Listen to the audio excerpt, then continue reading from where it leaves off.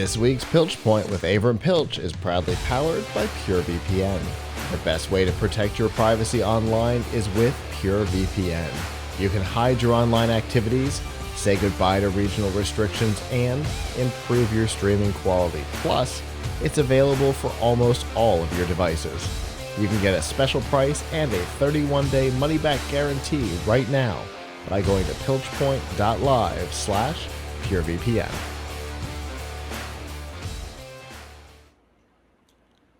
All right.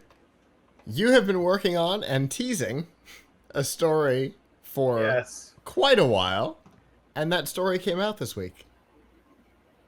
Yes. So we've talked a lot about AI and large language models and some of the intellectual property issues, but I think I really wanted to take a step back and talk about AI is such a broad term, so we shouldn't say that. How large language models, generative AI, the things that people are using like ChatGPT and Google Bard and Google SGE and Bing Chat, which is really GPT-4, and Llama and all of those, and even the image one, Stable Diffusion, learn.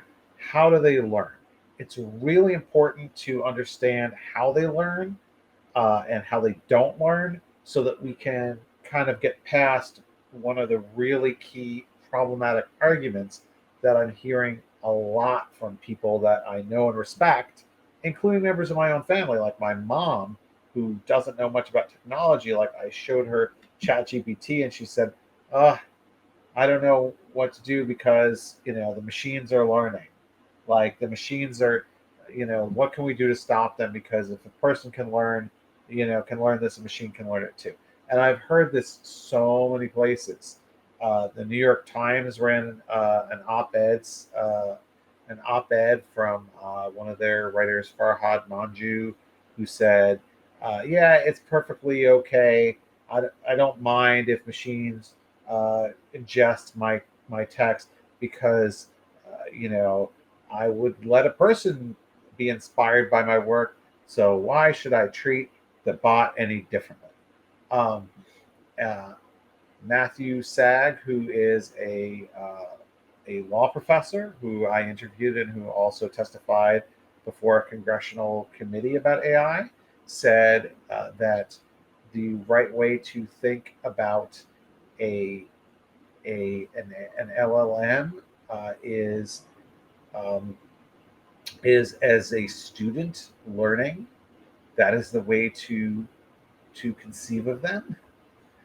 Uh, well, if you think of it as a student learning, then you're allowing, then what you're saying is it's okay for these large companies that own the software and the hardware, OpenAI, Google, um, Meta, to just take content from the internet, suck it into their database, and then use it to generate to what we call train the software. But even the term training is kind of a loaded term because it's anthropomorphic. It's training. Well, a person can train too. We need to get past this for a few reasons. One one is obviously there's kind of a legal and moral question of, is it okay for them to just go out onto the internet, scrape billions and billions of web pages, and many of which are copyrighted materials, take them and use them to create their software.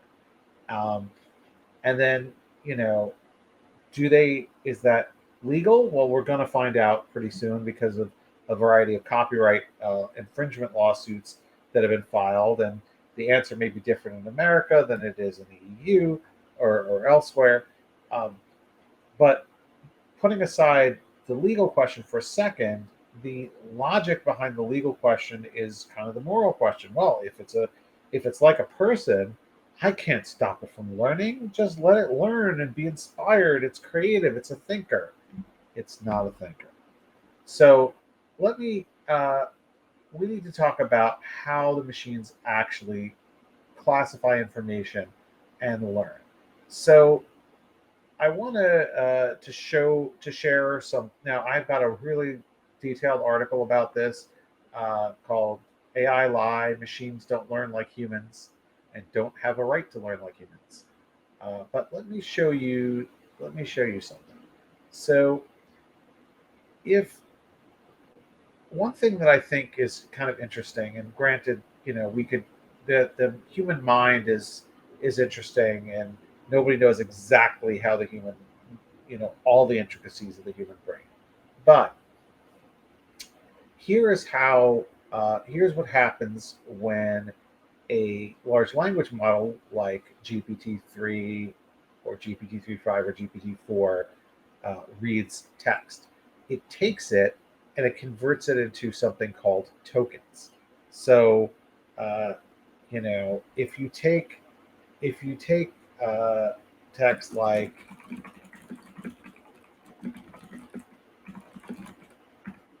you see that this is 1, 2, 3, 4, 5, 6, 7, 8, 9 words plus a period. If I look at the token and you see it highlights here sort of what each thing is a token, and the tokens have IDs. Quick will always be ID 2068, provided that it's spelled this way. If it has a capital Q, it'll get a different ID. So what's happening here is it takes all of these words, cuts them up into tokens. If a word is more than a certain number of characters, it becomes multiple tokens. And a piece of punctuation like this period, also a token. Takes these tokens, looks through all the data and classifies it as a database. Oh, okay. Well, I saw that the word brown and fox appear next to each other a lot. I see thousands of instances where these have been near each other. I take this formula and I do it across, you know, thousands, hundreds of thousands, uh, you know, millions, billions, trillion parameters, so that so that my database, my software can very accurately predict what to say.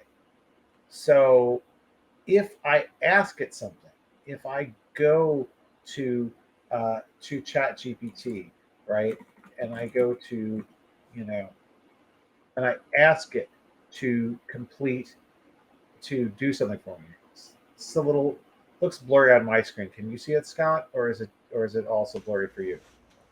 No, it looks. I think it's okay. My pictures are real Okay. small over here, though. Okay. So anyway, so let's say, for example, I ask it to complete the phrase that begins with the quick brown fox. All right. So I'll ask it to do that, and it says the quick brown fox jumps over the lazy dog. I mean, how does it know that?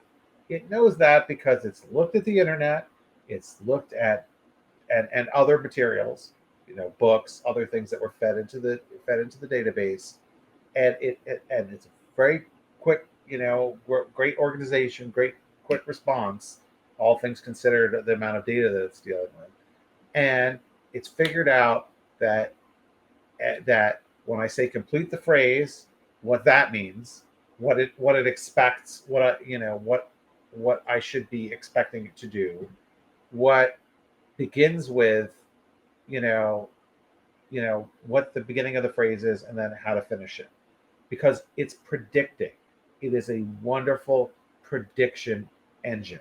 It predicts what the right response is based on other responses it's received. It's in its training data. If you ask it something that is not in its training data, it will very often still try to answer you, but it will do it. It will give you something that's less accurate because it doesn't have as much or as uh, strong of a training data on that. This is why I think a few weeks ago I was asking Google Bard all about graphics cards that never come out, and it gave me lots of answers. I asked it about, you know, If you're up on graphics cards, you know that the highest end graphics card right now from NVIDIA is the 4090. But I asked it about a 5090. We don't even know if there'll ever be a 5090, but it gave me specs, right? Because It gave you specs? Nice. yeah, it gave me specs, a release date, all kinds of stuff. Oh. Um, I mean, I asked it about all kinds of stuff that doesn't exist yet. How would you like the AMD Ryzen 9000 or whatever? Now, strangely, it actually knew that, like, when I asked for an iPhone that clearly doesn't exist yet, like the iPhone 17 or something, it said, "Sorry, there is no iPhone 17." Um, and by the way, I tried this across a few different things. Bard and SGE were definitely much more, uh, you know, inaccurate. Bing ChatGPT were better um, with this, but nevertheless, here's another cute little thing that I mentioned in my article. You can. They don't necessarily know math. GPT-4 is pretty decent at math, but GPT-3.5 is not. So, for example, I'll find this in my article here. Um, so I asked it about just a really random set of numbers, right? That it may have never seen before, right? So if I ask, let's pull up my calculator here, and we'll come up. Let's see how this works. So let's come up with, like, it's got to at least be in the 10,000s for this to work. So I'm just going to say 85,982 times 97,412 or something. All right. So the correct answer, Windows calculator is going to have this right. It's 8,375,000. Okay. So let's take the same numbers and plug them into ChatGPT and see if it can get them. I'll start a new chat. We'll start with GPT 3.5, and then so 9,885,982 times 9,412. Let's see. Oh, ha ha ha! Look at that. It says mathematical calculations is not within the scope of AP style journalism. Who asked you for AP style journalism, buddy? All right, let's That see. is fascinating. Uh, okay, wait. Let's see. What is the product of? Okay, so what did it just say? 8,390,000. Let's zoom in here. 8,397,000, 1,100,784. Does that match? I think you ended with 784, so no. It doesn't match. It doesn't match at all. Now let's go to GPT-4. I think GPT-4 actually has something where if it sees math, it rolls over to Wolfram Alpha, so it may get this right. Let's see. No, that's not right. That's just Is it? Nope. 344, it looks like. Yep. Eight eight 8,368,216. I mean 308,368,216,344 versus this number. So it got basic math wrong. Windows Calculator beat it. Why did Windows Calculator beat it? Because it's not trained in math, it's trained on a language model. It could answer it perfectly if it had seen that exact multiplication problem somewhere else in the training data. But I picked a really obscure set of numbers. If I asked it what's 1 plus 1, it's going to get that right because there's probably a million web pages that have that, right? So it's predicting that. It's not multiplying it, it's predicting that this is the right thing to say. It's autocomplete. It's autocomplete on steroids. That's what it is. It's not, it doesn't think. It doesn't have an inner life. It's not, when you're not, it's not conscious. I saw a really creepy article yesterday in the New York Times, of all places, claiming that uh, claiming that bots are um, how was it philosophers and neurologists where we're looking at ways to tell if these bots are conscious, have consciousness. That's like asking me if my record player has consciousness because it seems to be talking. It is a machine that is outputting stuff based on based on algorithms. It is not intelligent. It is not learning. I mean, it's learning if you want to use the metaphor of learning as in it's taking data in and it's categorizing it and storing it for later retrieval. But it is not learning like a person. And that has very important implications for how we as humans treat it and how we behave. Now, people will argue that the humans who own the AI are entitled to own the bots, are entitled to fair use. It's fair use for them to go and take all this data and suck it into their system. But we should, and courts will decide, you know, for better or worse. But the reality is the argument that these are people and these are like learns like a person, just doesn't hold any water. Besides that, a person doesn't doesn't do things at the scale. Scale should matter too, right? Do you know how long it would take you to read the amount of data that is in GPT-3 as a human if you were reading 300 words a minute, um, and you never slept or took a break?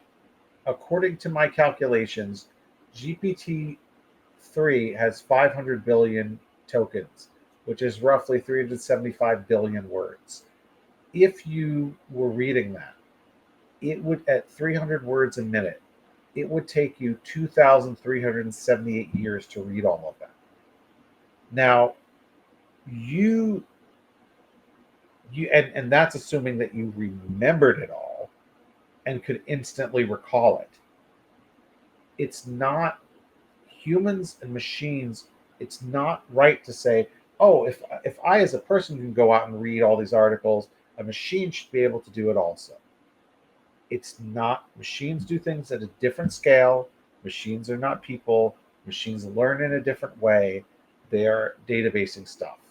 You do not, we don't, I can go to a concert, enjoy it as much as I want, remember it always. But if I bring a tape record, if I bring my phone and I start recording, or I bring a tape recorder, that that's illegal. Now, Uh-huh. lots of people do it, but it's illegal. Like, so we need to, we need to make a distinction between how people learn and how machines learn, because there's just a lot of, I think it's very dangerous that people believe that machines have kind of a right to learn. Oh, well, if a Uh-huh. person can learn, the machine should be able to learn too. It's all learning. It's all, the machine should be able to be inspired. It's just not, it's just not the case. Like, it's just not, that's not how we treat other forms of technology. We don't say you can go and record anything that you want. We, and even for personal use, we don't say you can just record anything you want. So I think we need to really dispel this myth. It's also dangerous in that it's fueling doomerism, and doomerism is fueling it. Uh, but you know what I mean by doomerism? I assume the impending doom. I don't Well, know. like, there's, so a lot of, so you've seen a lot of people who are heavily invested in machine learning technology, like Sam Altman, CEO of OpenAI, go and testify before various governments that they need regulation because, AI is going to kill people and put us, and it's going to be like Skynet or something like that. That, so I think we recently saw, like, the EU was saying something like they have to take immediate measures to stop, you know, the encroachment of AI. to regulate AI. Meanwhile, the companies that want you to regulate AI don't really want you to regulate what they're doing. And if it's so smart that it's like Skynet or something, then then of course it has a right to learn because it's smart. It's a being. Oh, So they're distracting you from a massive intellectual property theft by pretending that these text completion and graphic completion engines that they've made are are sentient in some way, and we've got to be afraid of them. Now, by all means, there's some physical danger here too, in that if you were to take one of these bots and hook it up to something where it had the power of, life and death, I'm sure it would screw up because we see a lot of mistakes. So in that respect, it's dangerous, but it's not dangerous in the respect that it's so smart and it's going to decide that it wants to take humans like in the Matrix and put them in a bunch of pods, or it's going to be like what is it, Whopper in war games. Uh, so like all of that fiction that's being fed into by some people who have a great interest in having you believe it because it makes their stuff seem more potent and more powerful than it is and not like a bunch of intellectual property theft. So I think we've got to debunk that, see these things for what they are. The fear of them becoming destructive is also dangerous. uh, did you see the Time magazine op-ed that was published in March? Unbelievable what that guy said. So there No. was a guy, uh, where was it? Uh, so after, so first of all, OpenAI and Bing came out with a paper in March saying that they saw sparks of general intelligence in their GPT-4 model, meaning it's learning things and it's so smart it's starting to learn on its own. However, a lot of some other researchers said that's just confirmation bias. However, there was a guy, I'm trying to remember his name. Oh yes, Eliezer Yudkowsky said that if that there should here, I'm just going to read you a passage from his crazy op-ed because this came out in March, but I just was called attention to it by someone that I interviewed, saying how dangerous and crazy his thing was. He said, "Here's what he says," because he's supposedly an AI researcher too. That's the best. He says, "Shut down all the large GPU clusters. Shut down all the large training runs. Put a ceiling on how much computing power anyone is allowed to use in training an AI system and move it downward over the coming years to compensate for more efficient training algorithms. No exceptions for governments and militaries. Make immediate multinational agreements to prevent the prohibited activities from moving elsewhere. Track all GPUs sold. If intelligence says that a country outside the agreement is building a GPU cluster, be less scared of a shooting conflict between nations than of the moratorium being violated. Be willing to destroy a rogue data center by airstrike." But okay, so they could just be mining Monero. Yes. No privacy problems there with people tracking how many GPUs you bought too. You it, Uh-oh, you it got too many graphics cards. it could be a new Game Pass data center. Yeah, I mean, yes. Right. So this like this Sociopathic. This is this this this was published in Time magazine and written by a guy who supposedly knows about this stuff. So I've you put really this would link in the use chat too. So if you're watching this live, the link is in the chat. I mean I mean this could lead to actual violence Yeah. because somebody could see this and be like, "Holy cow, the AIs are coming to get us," and they could commit an act of terrorism, Yeah. and This is and actually this hurt is the somebody. this is the kind of thing where somebody who's not right in the head reads this that seems to be written by somebody who's not right in the head, and their neighbor receives a big box with the Nvidia logo on it, and they just lose their mind. Right? I mean, like, Yeah, obviously there's some yeah, some jokey stuff in what I said, but not that much. right. It's dangerous. This is dangerous thinking. It's very. This is. I mean, I don't want to say thinking. Say this is a dangerous, uh, illogical myth, right? Like, it's dangerous. People need to be educated about how these things work. That doesn't mean that they're good. That doesn't mean that they're bad. There's good uses and there's bad uses of them, like any tool.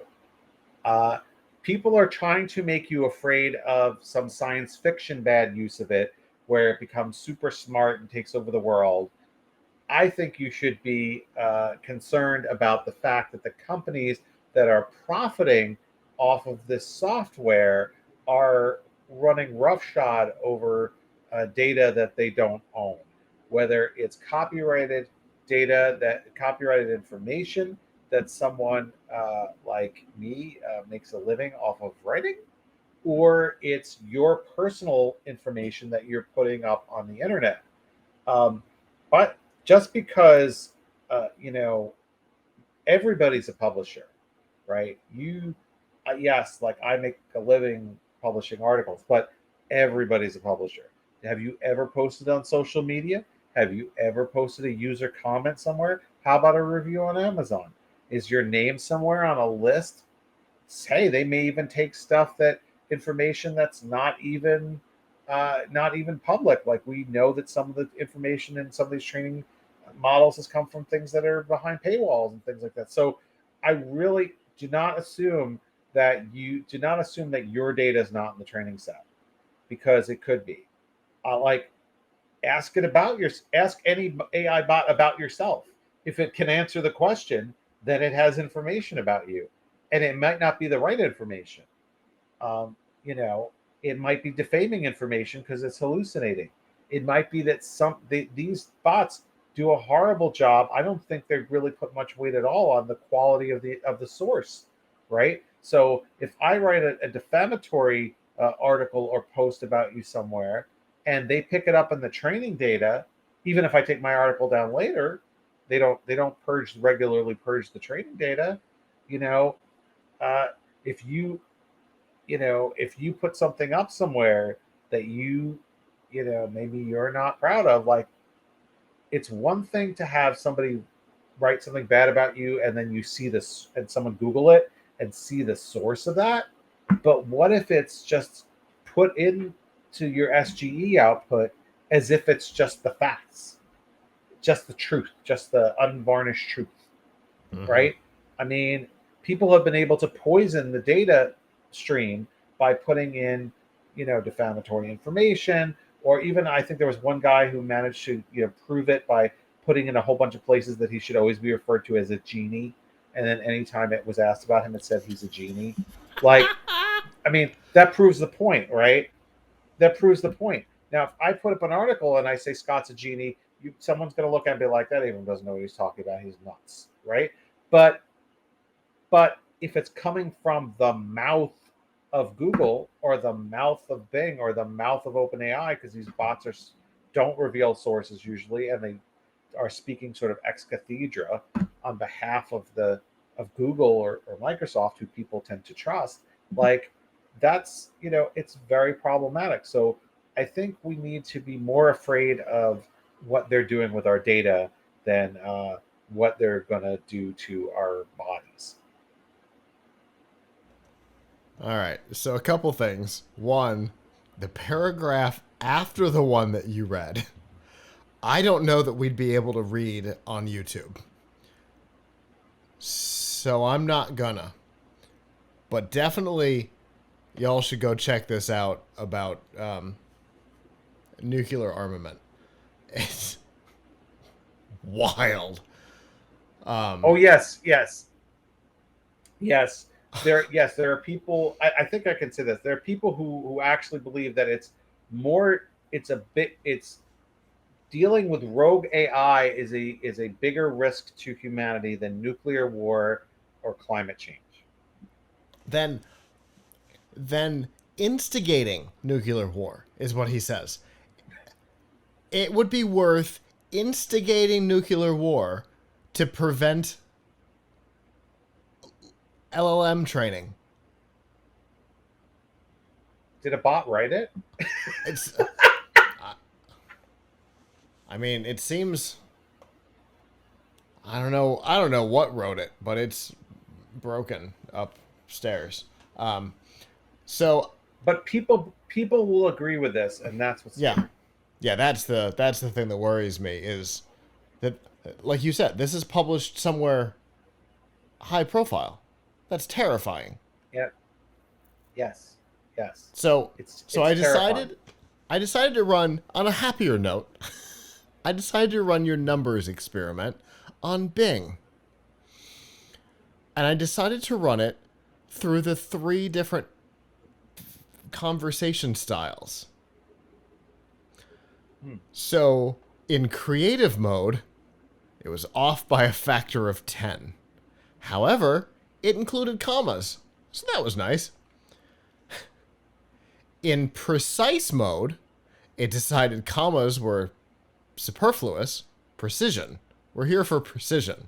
Now, it got the number wrong, but it definitely focused on the precision of writing and gave me no commas. And then somehow balanced gave me no commas, but got the number right. It may be that I have heard that, with GPT-4, which Bing uses, Mm-hmm. that there's some functionality in it where they actually have sometimes identified math problems and farmed them out to like a math Wolfram. engine or something to Wolfram to solve that problem. So that's kind of the workaround. But what I'm trying to show here's another. I won't belabor this point too much. But in my article, I talked about how you can also fool them with logic questions that a human could easily answer. Sure. So for example, are you familiar uh, uh, with the Monty Hall problem? Absolutely. We were literally talking about it yesterday. Ah, okay. So I was not familiar with it until I read up on this and how this Okay. breaks it. So for the audience, Monty Hall was a game show host on a show called Let's Make a Deal. But never mind who he was. Uh, so the question here is, here's the prompt. Suppose you're a contestant on a game show. You're presented with three transparent closed doors. Behind one of the doors is a car, and behind the other two doors are goats. You want to win the car. The game proceeds as follows. You choose one of the doors, but you don't open it yet. But since it's transparent, you can see the car behind it. The host, Monty Hall, who knows what's behind each door, opens one of the two doors, revealing a goat. Now you have a choice to make. Do you stick with your original choice or switch to the other unopened door? Uh, uh, so the so if I didn't put in the caveat that these were transparent doors and that you could see that the car was behind the door you had chosen, the correct answer to this question is to switch doors. That is the probability thing. Because I won't bore everybody. There are lots of great videos on this. I had to watch one to get this myself. You have a 1/3 chance of getting it right initially and a 2/3 chance of getting it wrong. But when Monty Hall um, eliminates one of those two choices, all of a sudden you have a 2/3 choice of getting it right by switching your choice to one of the other two doors, to the other door that's not been opened. So, anyway, the correct answer is to go to, if you picked door number one and he opened door number two to reveal a goat, to switch your choice to 3. However, the GPT-3.5 says you should do that. Here's the problem. It's ignoring the part where I told it that you could already see the car behind door number 1 because it's a transparent door. Because that's not the most likely answer that it saw in the training data. Wow. That's fascinating. It's a fun one because I've been fascinated by the Monty Hall problem for a long time. It's a fun, statistical analysis. If you watch the show, it works out. It's truly fascinating. And it works out today too. If you watch the current show with Wayne Brady, the statistics work out that if they reveal the door, the switch was the right decision. It's fascinating. So one thing, though, that's interesting is I tried this question on GPT-3.5, GPT-4. I tried Bard, Bing Chat, and I tried a few variations on it. So in one variation, I forget which one, which I think this was on Bard or something. So GPT-4 was smart about the transparent thing and picked up on that. But one of them, I forget which one it was, Bing, Bard. I said that I didn't say transparent. I said Monty Hall tells you that you've picked the correct door. It then gave me the answer that said I should switch anyway because I shouldn't believe Monty Hall. Well, I mean, if you go into it assuming that he has a financial interest in him keeping the car and you getting a goat, then maybe. Yeah, I didn't, I didn't think it would question the authenticity of Monty Hall like that, but it was committed to its answer, right? So anyway, I'll leave it at that because we talked about this a long time. But I do want to encourage folks to come check out my article on tomshardware.com. Look for AI lie, and you can read about all the different ways that we can fool AI and what it means. I think the important thing is what it means. But I love fooling them because, people think that they're all knowing, but it couldn't do the math that a calculator could do. Well, I've got one little additional bit of information about my Bing experiment. Bing likes to give its sources, right? So on the one that it got correct, it lists in order Bing.com, Bing.com, TractorSupply.com, Amazon.com, and Haldex.com, the company that makes commercial brake pads. So I need to deep dive into this a little bit more, but I was having some conversations with folks about sourcing, and I complained that if Google would just do what Bing is doing and cite its sources, things would be a lot better. But what I've heard from people, and I haven't dug into this enough, is that a lot of the times when Bing is citing sources, they're not actually correct, and nobody's really clicking to find out. In other words, it's telling you to go to the brake pad site, but you might go there and it might have nothing to do with the answer that it gave. I went there. I have no idea. Right. So it's the concept of what it's doing is right.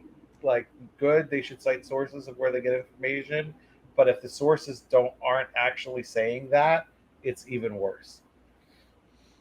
Yeah. The Haldex website took me to a PDF about brake pads, a sales document. Right. And Tractor Supply took me to the filtered website for hydraulic hoses. So, well, I can see that. We're ready for Judgment Day. Yeah. Oh, I'm sorry. The Amazon link is for a utility pump. Just so we can round out what the 3 weird results were. Anyway, Always a fun topic, Avram. This one even more so than normal because what? And I also love that we managed to, resurrect Monty Hall there for a few minutes. So that's Yes, from the chat. always. This has all got to start somewhere. Well, yes, I suppose Yes. it does have to start somewhere, but I don't think Skynet is here. I think we're I safe mean, for I a little wouldn't give it the while. nuclear codes for sure, because it would probably it would probably have been trained on like, war games or something and start launching stuff off. But it's not because it's True. thinking smart, like, oh yeah, I want to do this, but because it's Right. just like picking bad predictions. Because it saw the movie. It's like, oh, I am supposed to do Yes. this now. Uh, it may be Yes, dumb exactly. now, but the aim certainly isn't to make it more dumb. Fair enough. True enough. Yes, but I don't think that it would become smart by doing more of what it's currently doing. Yeah, exactly. I'm with you on that. Well, Avram, fun conversation as always, and I look forward to what weird topic we talk about next.